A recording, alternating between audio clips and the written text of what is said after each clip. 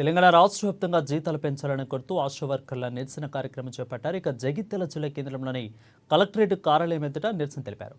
కేంద్ర ప్రభుత్వం ద్వారా నియమించబడిన తమకు కేవలం 9,950 రూపాయల జీతం మాత్రమే వస్తుందని, గత ప్రభుత్వ హయాంలో తమకు ఎలాంటి జీతాలు పెంచలేదని ఆవేదన వ్యక్తం చేశారు. కాంగ్రెస్ ప్రభుత్వం అధికారంలోకి వస్తే జీతాలు పెంచుతామని వాగ్దానం చేసిందని గుర్తు చేశారు.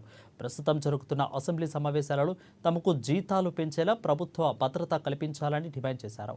ఇక ప్రమాదవశాత్తు మరణించిన వారికి ఇన్సూరెన్స్ సౌకర్యం కల్పించాలని వారు కోరారు. మాకు 9,750 రూపాయలు మాత్రమే జీతం వస్తుంది. అది కూడా పనికి తగ్గ వేతనం మాత్రమే, ఫిక్స్డ్ వేతనం కూడా కాదు.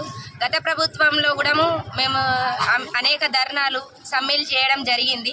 అప్పుడు కాంగ్రెస్ ప్రభుత్వం మా దగ్గరకు వచ్చి మమ్మల్ని గెలిపిస్తే మేము మీకు జీతాలు పెంచుతాం, ఫిక్స్డ్ జీతాలు చేస్తాము అనేసి అప్పుడు మాట ఇచ్చారు. కానీ ఇప్పుడు మా గురించి టాపిక్ కూడా అసలు వస్తలేదు ఎక్కడ కూడా.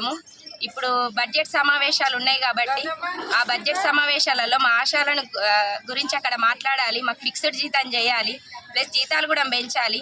9,950 రూపాయల్లోనే మేము ఆన్లైన్ వర్క్ చేస్తున్నాం. ప్రొద్దున లేచి నుండి లార్వా సర్వే అంటే లార్వా సర్వే చేసినాం. మార్నింగ్ 6, 7, 8 o'clock నుండే స్టార్ట్ చేసినాము.